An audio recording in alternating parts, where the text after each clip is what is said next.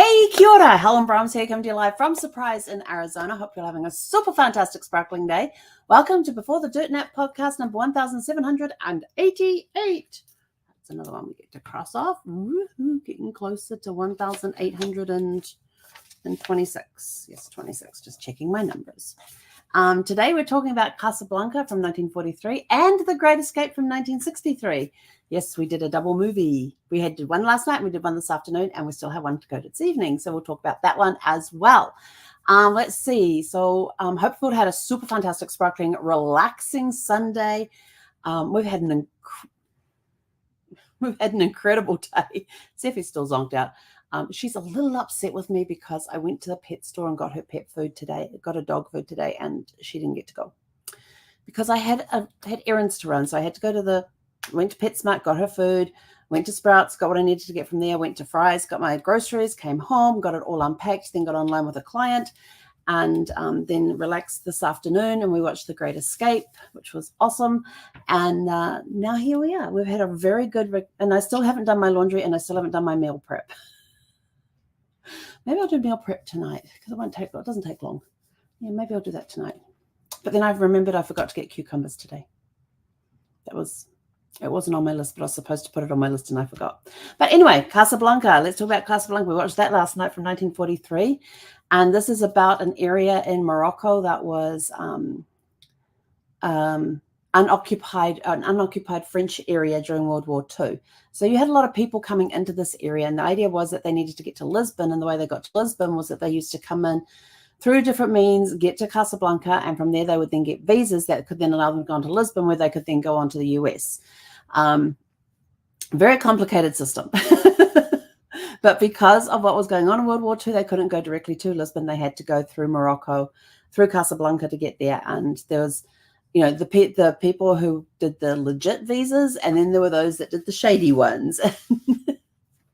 So you get caught up in that. And Humphrey Bogart plays Rick from Rick's Cafe.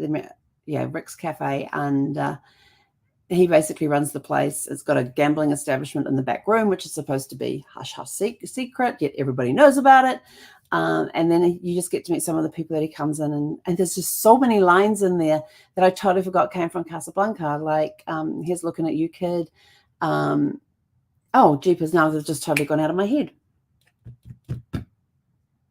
Dang. Well, there's just really good lines that people still use today from that movie. And I didn't bring in the piece of paper that I wrote them down on. Damn, it's in the other room. Anyway, but there's some really great lines in there. And it's just a really good, I haven't seen that movie in probably like 30 years. So it was good to get back and watch that again. And I loved the old black and white and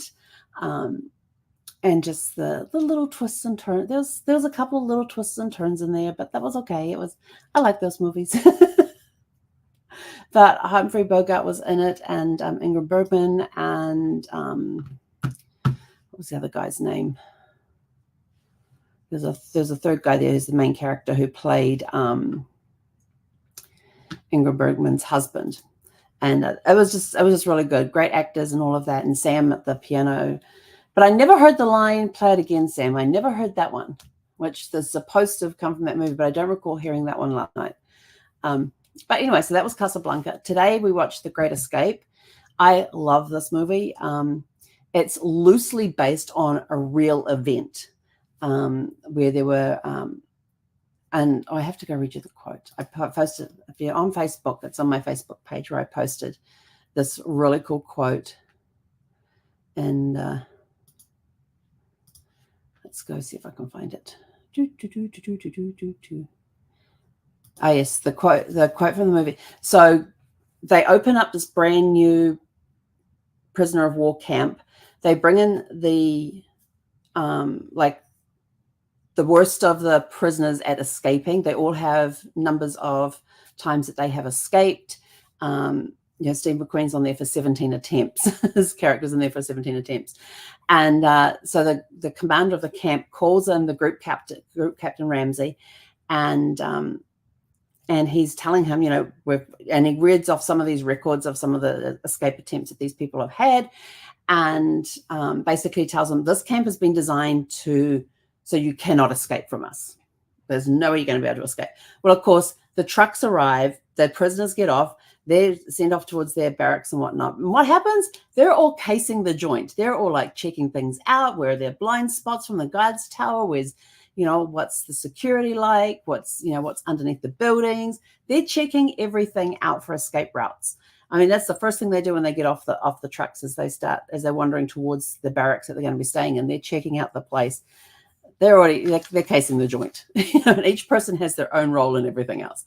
And Group Captain Ramsey, this is one of my favorite quotes from the entire movie, says to Colonel von Luger, "It is the sworn duty of all officers to try to escape. If they cannot escape, then it is their sworn duty to cause the enemy to use an inordinate number of troops to guard them, and their sworn duty to harass the enemy to the best of their ability."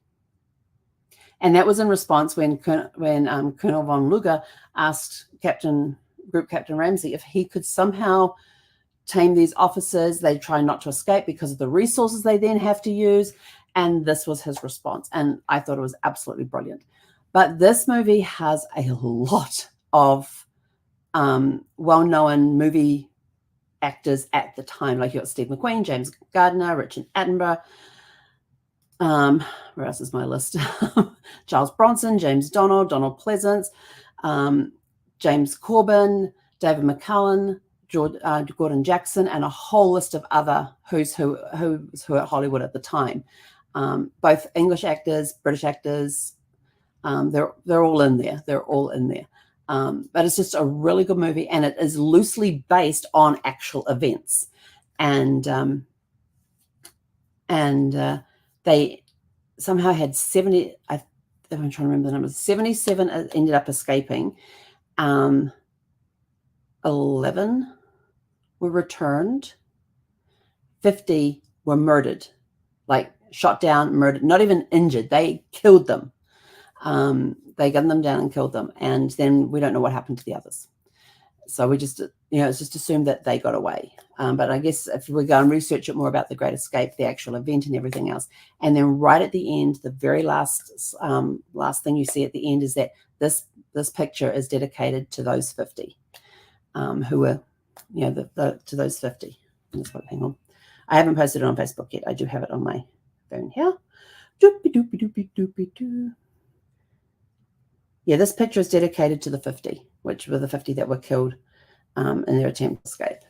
But, their escape plans were brilliant. They had all these different escape plans, and Steve McQueen was quite often breaking out to go get information and then getting brought back in. There's, the motorcycle chase is like totally awesome. And I love that motorcycle chase. And if you haven't heard, I have a distant cousin who was the actual guy that did the stunts for Steve McQueen in that movie. He had to ride the motorcycles. But on the motorcycles that were chasing Steve McQueen's character, Steve McQueen was actually there dressed in one of the German uniforms on the motorcycle going. They just didn't want him doing the stunts. Even though he was capable of doing them and had been trained how to do them, they didn't want to risk him. So they had Bud Ekins do the stunt work for him. But it's a really cool movie, and like I said, loosely based on real events. So I'm actually going to go and research some more later on about the actual events that inspired this movie. But there are some laughs in there. Like there's 2 Americans in the entire camp. Steve McQueen's one, James Garner's the other one, and they do a 4th of July celebration. They make moonshine out of potatoes and get everybody drunk on the 4th of July. So they had a great 4th of July celebration with that one. But yeah, it's a really good movie. What are we up to watching tonight? Oh my gosh, we are watching another one, which is it came out in 1963 called It's a Mad, Mad, Mad. Hang on, it's a mad, mad, mad, mad world. I have to count. It's 5 words and 4 of them. No, yeah, it's 4 mads.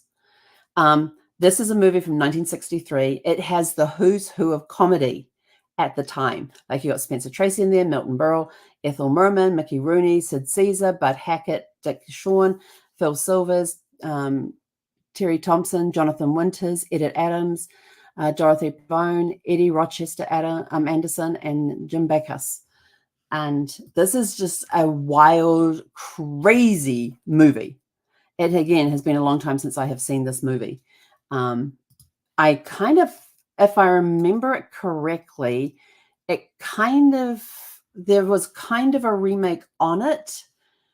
It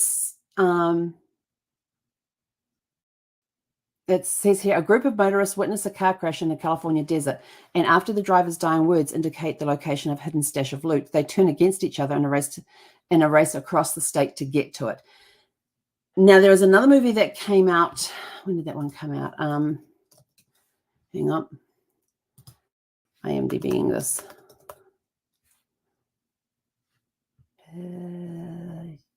Yeah, there's another movie that then came out in 2001 called The Rat Race.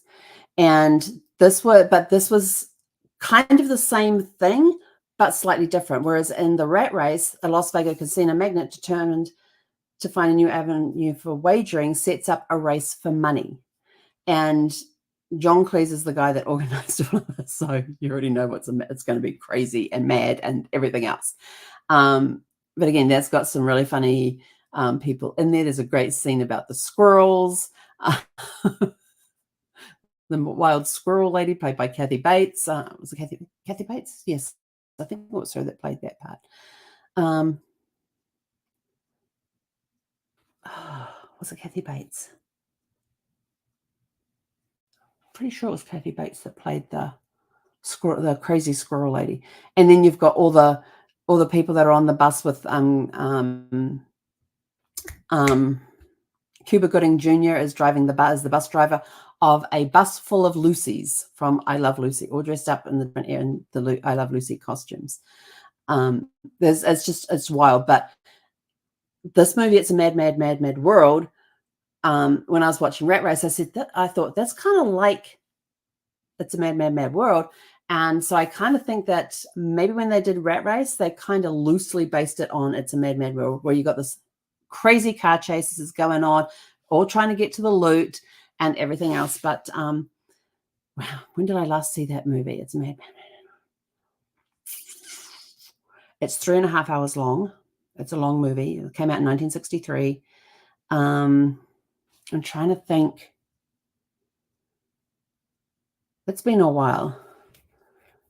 I think I've watched it in the RV once. So it's been sometime in the last 5 years that I have watched it. I just don't know exactly when.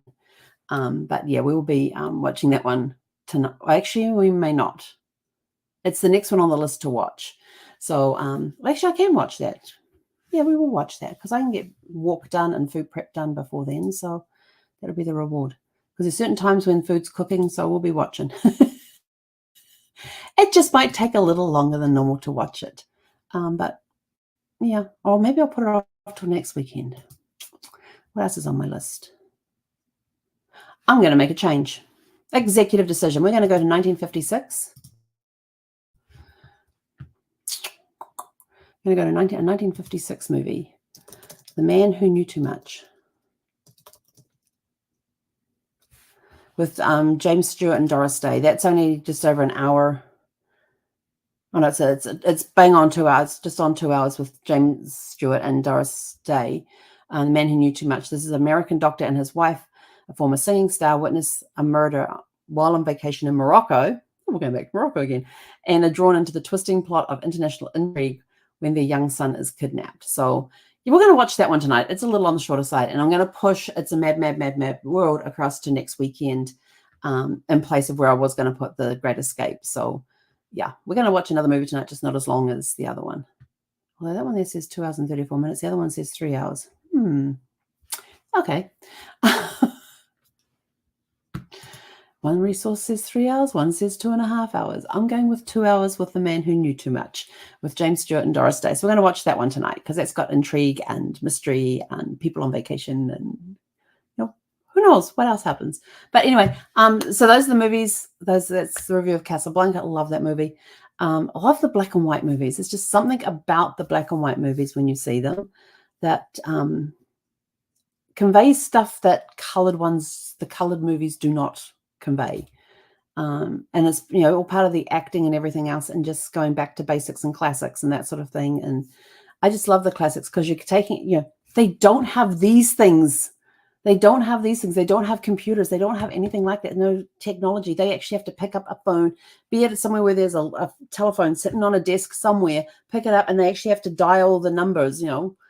There's just something about the nostalgia of all of that that I love when I'm watching these classic movies, when you don't have to worry about you don't have to worry about cell phones, you don't have to worry about computers, any of that technology stuff. It's just basic acting without computer stuff around, which is kind of cool.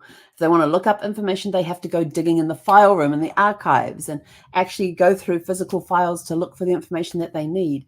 And that's what I love about classic movies. It's the nostalgia. It takes me back to childhood before computers came along. And yes, computers came along. I remember sitting in what was I, Form 6. I would have been, no, hang on, it's before that.